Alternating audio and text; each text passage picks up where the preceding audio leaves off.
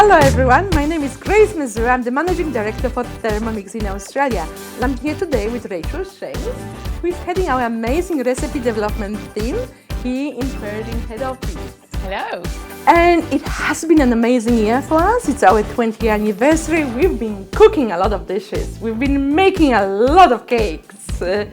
And today we are showing a cake. What's so special about it, Rachel?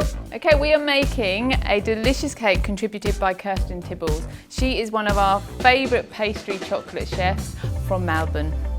She is. We've been working from the beginning with a lot of chefs and chocolatiers from around the world. They absolutely love Thermomix for many things. And we've been working with Kirsten from the beginning. She's an amazing local talent.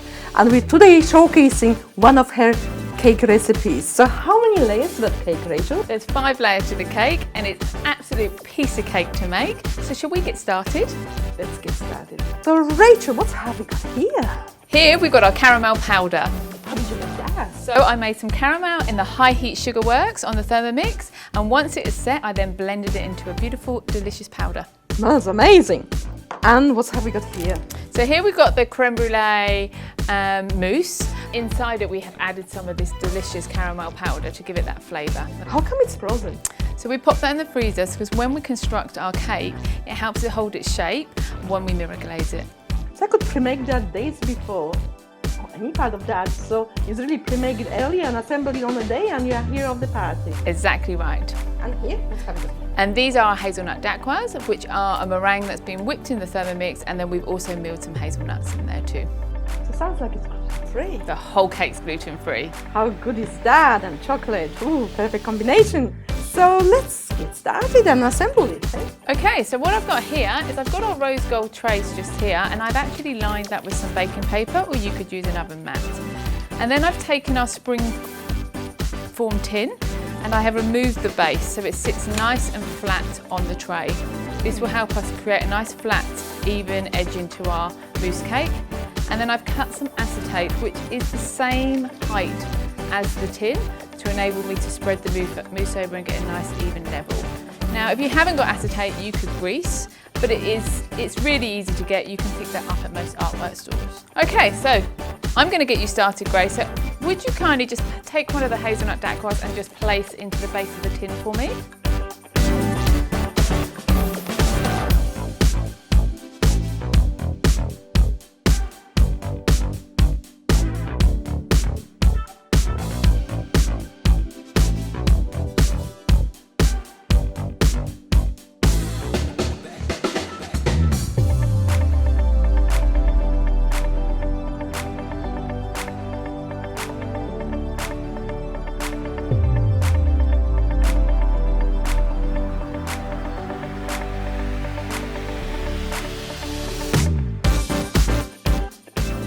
The next step would be to pop this into the freezer. So this would need to go into the freezer for approximately at least 6 hours, but you could do it a couple of days ahead.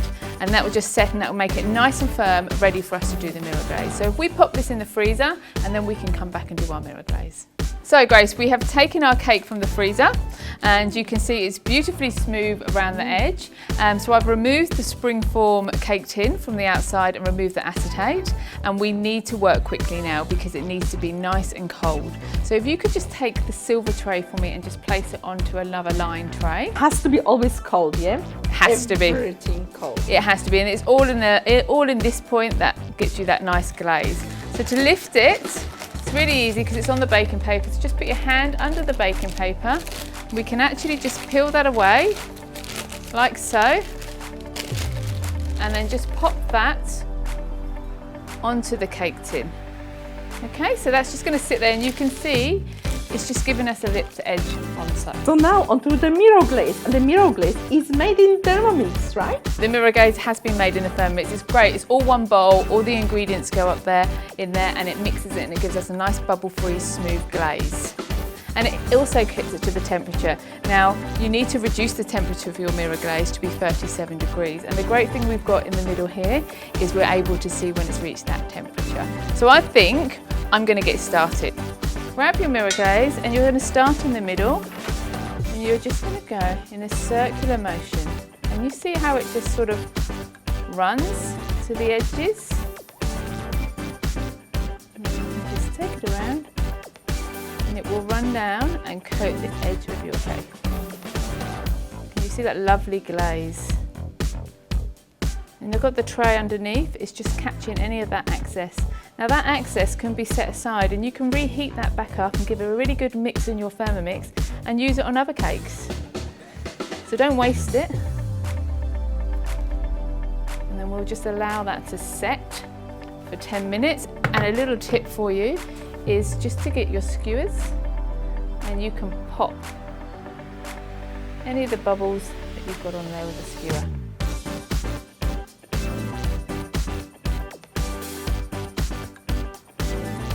So if we just allow that to sit for 10 minutes and allow it to just cover the sides and form a nice clean edge.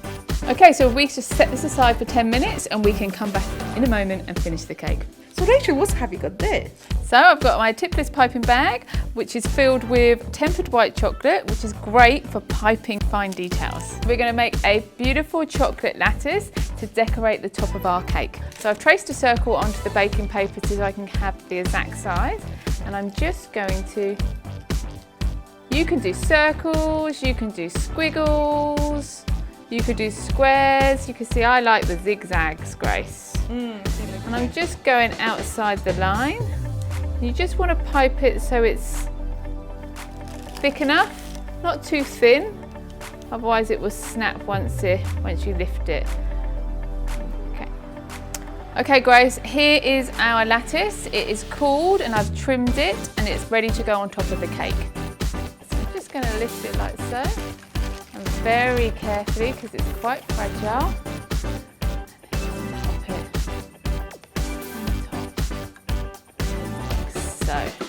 Thank you so much, Rachel, for showing us how to assemble Kirsten's recipe. It looks amazing. This is one of the recipes, but it is available in our anniversary cookbook, which you can buy from the Mix shop.